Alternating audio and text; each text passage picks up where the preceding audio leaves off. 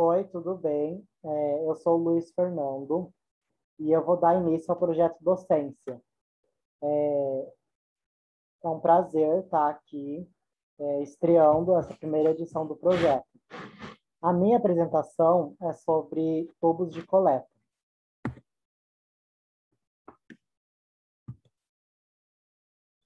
Bom, eu sou o vice-presidente da LAAB, Liga Acadêmica de Hematologia e Hemoterapia. Eu sou graduando em Biomedicina pela Universidade Paulista, Unip, do campus de Assis, São Paulo. Eu também curso licenciatura em Ciências Biológicas, também pela Universidade Paulista, com bolsa integral pelo ProUni. Eu desenvolvo pesquisas em hematologia, genética e fitoterápica.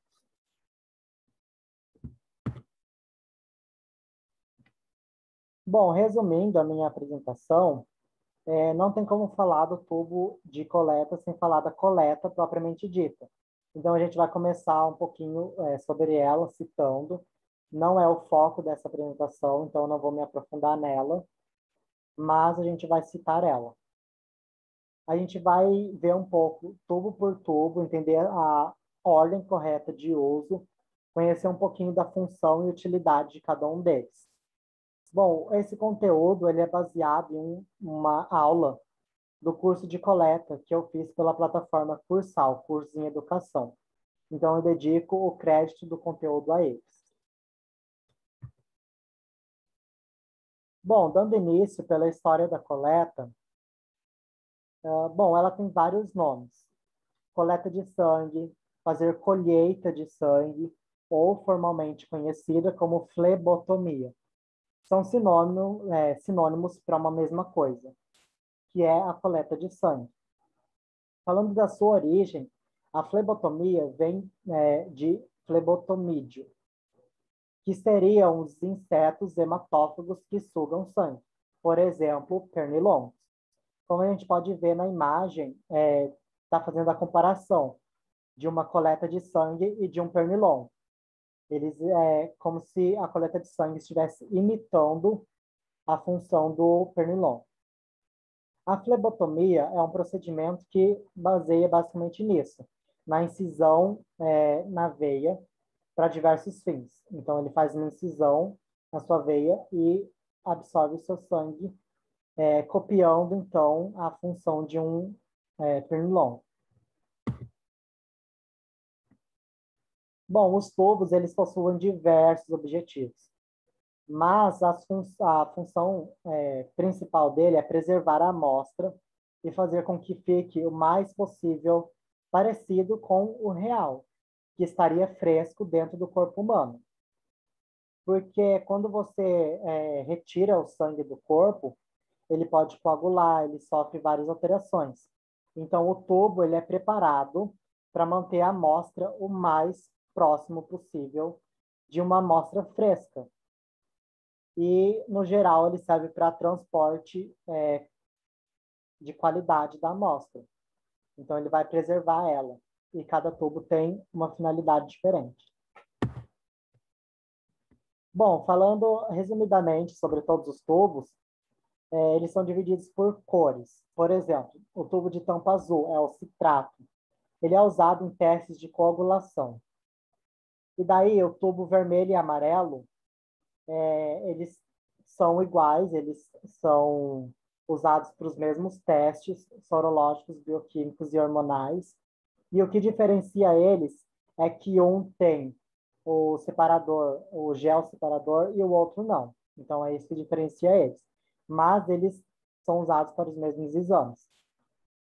E em seguida temos o tubo verde, de tampa verde, que seria a heparina, que é mais usado em exames bioquímicos. A gente pode citar a gasometria, ele é muito frequente na gasometria. E daí a gente tem o tubo roxo ou lilás, que seria o tubo EDTA. Ele é muito comum em testes hematológicos. Ele é muito conhecido na área de hematologia. E daí a gente tem, por fim, o tubo cinza, que é o fluoreto com EDTA. Ele é usado para testes de glicose e lactato. Bom, falando da ordem, tem uma ordem correta? Na verdade, tem. E se você inverter ela, pode prejudicar a sua análise, pode prejudicar o seu resultado. Então, é muito importante, na verdade, é obrigatório que siga a ordem correta. Então, a ordem seria o azul, que seria o citrato, o vermelho e amarelo, o verde em seguida, depois o EDTA, que seria o roxo ou lilás, e, por fim, o tubo de tampa cinza, que seria o fluoreto e EDTA. Bom, dando início pelo tubo de tampa azul, ele possui citrato de sódio, que é utilizado com o objetivo de estimular a coagulação. O citrato ele impede a cascata de coagulação do nosso corpo. Eu não vou me aprofundar sobre a cascata. Dependendo do ano da faculdade que você tiver, pode ser que você não conheça o que é cascata. Então, eu vou citar brevemente. Quando a gente tem um corte ou um sangramento, ou no caso da coleta, uma incisão, o nosso corpo ele ativa a cascata de coagulação. Ela forma como se fosse um bloqueio, uma barreira que impede o sangramento. Ela estanca o sangramento. Então, o tubo azul, ele impede a cascata, ele interrompe ela, porque o tubo azul ele é usado para testes de coagulação. Então, o intuito dele é impedir que o seu corpo faça o trabalho para que a análise saia conforme o esperado. Eu não sei se consegui deixar claro o que é cascata de coagulação, mas se vocês tiverem dúvida, podem me perguntar depois. Bom, os tubos vermelho e amarelo, começando pelo amarelo, eles têm a mesma função, né? O que diferencia eles é que o amarelo tem o gel separador. Ele possui ativador de coágulo mais o gel. Esses dois componentes fazem com que o sangue coagule mais rápido e o gel ele realiza como se fosse uma barreira física entre a parte líquida e a parte sólida do sangue. Ele cria uma barreira física entre eles. Como a gente pode observar nessa primeira imagem, a gente tem uma setinha amarela que indica exatamente onde ficaria a barreira, separando então as hemácias do soro. Esses tubos são usados em coletas de soro para análises bioquímicas e sorológicas.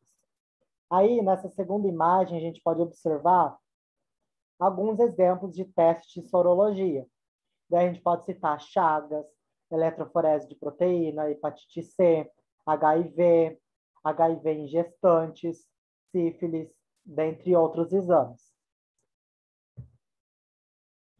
E daí, citando alguns exames de imunoquímica, temos as diversas hepatites, tem rubéola, progesterona, insulina, ácido úrico, dentre outros diversos exames. Falando agora do tubo vermelho, ele exerce a mesma função do tubo amarelo, a diferença é que ele não tem o gel separador. Eu escrevi errado aqui no slide, mas eu quero enfatizar que o tubo vermelho ele não tem o gel separador. É só o amarelo que tem, normalmente. O vermelho ele tem ativador de coágulo, por isso ele também acelera a coagulação do sangue coletado,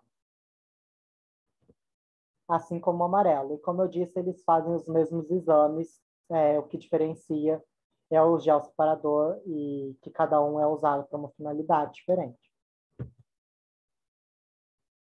Nessa imagem, a gente pode ver que não tem aquela barreira física que separa o soro das hemácias. Então, a gente vê as hemácias se misturando com o soro. Então, por exemplo, se você for pipetar essa amostra, eventualmente você vai puxar algumas hemácias junto com o soro, diferente do tubo amarelo, que você conseguiria puxar exatamente o que você precisa. Então, é basicamente essa a diferença entre o vermelho e amarelo.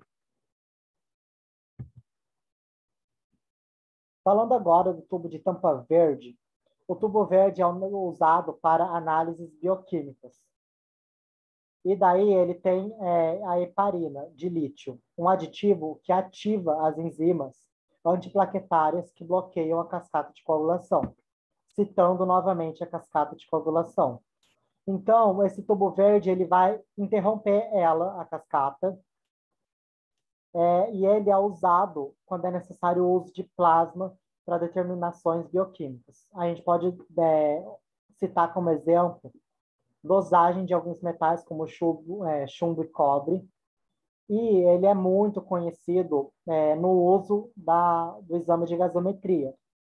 Então, numa rotina laboratorial, pode ser que você associe o tubo de tampa verde com a gasometria, porque ele é frequentemente usado para isso. O tubo de tampa roxa ou lilás seria o tubo EDTA. As paredes desse tubo são jatadas com EDTA, que é conhecido por ser o melhor anticoagulante que preserva a morfologia celular. Ele é recomendado nas rotinas hematológicas. Então, ele serve para diversos exames. Ele é normalmente utilizado no setor de hematologia e ele é muito frequentemente utilizado como substituto na ausência de outros tubos. Eu vou falar um pouquinho disso mais para frente. Citando alguns exames que são realizados com o tubo EDTA, a gente pode citar o hemograma, o leucograma, plaquetograma, tipagem sanguínea, imunofenotipagem, eletroforese de hemoglobina e hemoglobina glicada. São só alguns exemplos que podem ser realizados com o tubo de EDTA. Bom, o tubo de tampa cinza, ele é o fluoreto de sódio. Ele associa-se com o EDTA. Eu vou explicar sobre isso. O fluoreto de sódio ele é considerado um anticoagulante muito fraco. Ele não consegue, ele é fraco, ele não consegue exercer a função necessária. E por isso, muitas vezes, ele associa-se ao EDTA. E como eu citei, o EDTA é o melhor anticoagulante. Então, por isso, eles trabalham em conjunto. Ele é usado nas dosagens de glicose e lactato no plasma. Ou seja, ele é usado normalmente em exames de glicemia, que são colhidas as amostras de plasma. Bom, não sei se vocês sabem, mas existem outros tubos. Eles não são comuns, eles não são convencionais, eles não são frequentes. Eles são, na verdade, um tanto raros. Se você trabalha em um laboratório, pode ser que você nunca chegue a ver esses tubos, porque eles não são frequentes. E eles podem, por exemplo, facilmente ser substituídos pelo tubo de EDTA. Então, por isso, não é comum ver. Eu, por exemplo, nunca ouvi falar deles na faculdade. E provavelmente vocês também não. Começando, então, pelo tubo de tampa preta. É o tubo VHS, que seria a velocidade de hemossedimentação, com citrato de sódio 3,8%. Bom, esse tubo preto ele é um marcador de resposta inflamatória, ou seja, infecções, tumores, doenças autoimunes, dentre outros. É avaliado o tempo que leva para os glóbulos vermelhos se separarem do plasma e se depositarem no fundo do recipiente. Ou seja, ele vai decantar os glóbulos vermelhos, eles vão decantar no fundo, enquanto o plasma ele vai subir para cima. E como eu citei, na ausência desse tubo, pode ser facilmente usado o tubo de EDTA para essas análises. Bom, a gente tem agora os tubos TRACE. Este tubo é utilizado para análises toxicológicas de metais séricos, como, por exemplo, chumbo, alumínio, cromo, ferro, cobalto, cobre, mercúrio, dentre vários outros metais. Bom, dentro do tubo trace, a gente tem subdivisões. Por exemplo, o tubo de tampa azul escuro. Ele contém ativador de coágulo, anticoagulante DTA ou heparina sódica. São tubos sem traços de metais, ou seja, tubos trace. Eles contêm anticoagulante e são utilizados para análises toxicológicas de metais sanguíneos. Ou seja, resumindo, o tubo trace ele é livre de metais e ele é usado para análises toxicológicas.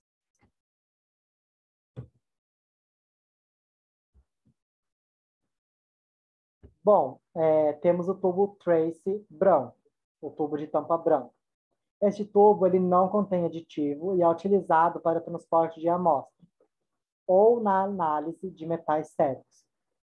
Ele é um plástico neutro, ele é um tubo neutro, então ele serve para transporte e ele também é muito usado para transportar líquidos nobres, como, por exemplo, o líquor, por ele ser um material neutro e um plástico líquido. Bom, citando agora, um pouco fora dos tubos trace, a gente tem o tubo roxo com o anel amarelo. Ele basicamente é um tubo roxo lilás de EDTA misturado, basicamente junto, com um tubo amarelo de gel separador. Então, ele é um tubo EDTA com um gel separador, aquele gel que cria a barreira física entre a parte líquida e a parte sólida. E ele é muito usado para diagnósticos moleculares e detecção e quantificação de carga viral. Aí a gente tem também o tubo amarelo claro, que é conhecido por ACD. Esse tubo contém ácido cítrico, citrato de sódio e dextrose. Ele é utilizado para contagem de plaquetas de pacientes de DTA dependentes. Ou seja, ele seria basicamente o substituto para o tubo de EDTA. Ele é muito utilizado para testes de histocompatibilidade e imunofenotipagem, que seria a classificação de doenças oncohematológicas. Ele possui a capacidade de preservação das células de até 21 dias, na temperatura de 1 a 6 graus Celsius. Bom, a gente tem também o tubo âmbar. Acho que vocês já devem ter visto no laboratório aqueles frascos âmbar. Bom, a cor âmbar do tubo protege a amostra da exposição direta à luz. Ou seja, é normalmente usado para amostras fotossensíveis, que precisam de proteção da luz. A gente pode citar como exemplo as vitaminas A, vitamina E, vitamina C, vitamina B2 e B6, por exemplo. Geralmente, ele possui uma maior estabilidade da amostra por um tempo mais longo, e ele destina-se a sorologias. Ele não contém anticoagulante e possui o gel separador. Bom, a gente tem também o tubo Pax-Gin. É um nome difícil um pouco de falar. O tubo Pax-Gin, ele não é tão convencional em laboratórios do dia a dia da rotina laboratorial. Então, pode ser que você nunca venha a conhecer ele.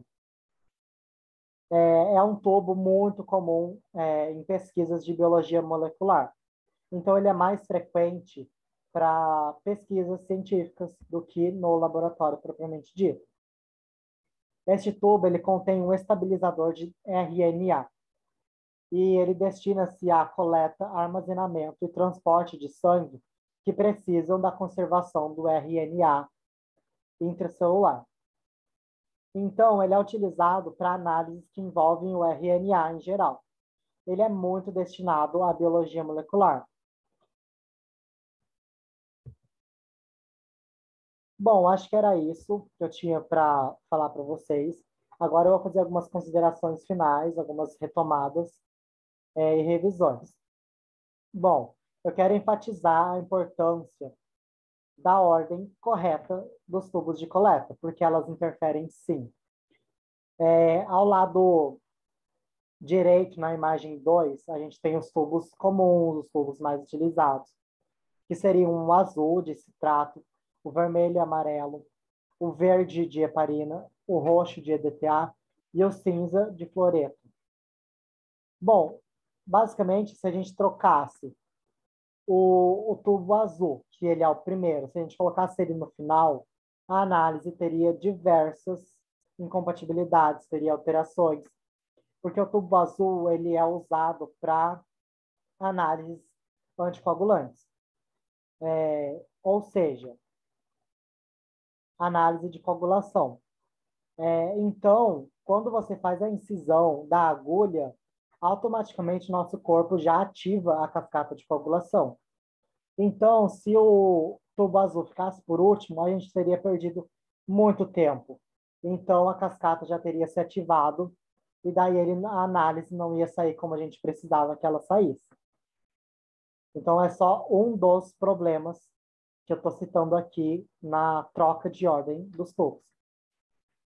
Do lado esquerdo, a gente tem uma lista que seria caso todos os tubos que eu citei fossem utilizados, o que não é o caso. Eles não são tão frequentes, eles não são tão utilizados, eles chegam a ser até um pouco raros. Mas, citando alguns exemplos, logo depois do tubo trace, viria, perdão, logo depois do tubo de tampa azul, que é o citrato, viria em seguida o tubo trace, sem ativador de coágulo. Então, os tubos que eu citei, eles vão se encaixar dentro dessa ordem dos tubos mais utilizados. Então, eles vão ficar entre um e outro. É basicamente isso que eu tinha para apresentar para vocês. Bom, eu queria dizer que qualquer dúvida que tenha ficado, ou qualquer esclarecimento que for preciso, eu deixo aqui a minha rede social, que é o Instagram Academy Bio. Ou vocês podem me chamar no WhatsApp ou no e-mail também. Bom, eu queria agradecer à LAAB, Liga Acadêmica de Hematologia e Hemoterapia. Obrigado por sempre me proporcionar imersão científica e acadêmica, sempre, sempre, sempre. Esse projeto de incentivo à docência, ele está na sua primeira edição, então é uma honra fazer parte desse início, desse projeto tão incrível. E eu espero conseguir fazer parte das próximas edições. Bom, quem quiser e puder, posta a minha aula no Instagram e me marca que eu vou repostar vocês. Eu queria agradecer pelo tempo que vocês cederam para assistir a minha aula, para estarem aqui me ouvindo falar. Eu queria agradecer imensamente pelo tempo de vocês por estarem aqui. É um prazer fazer parte da Liga e é um prazer estar sempre contribuindo com os diversos projetos dela. Bom, era isso. Muito obrigado e até uma próxima aula.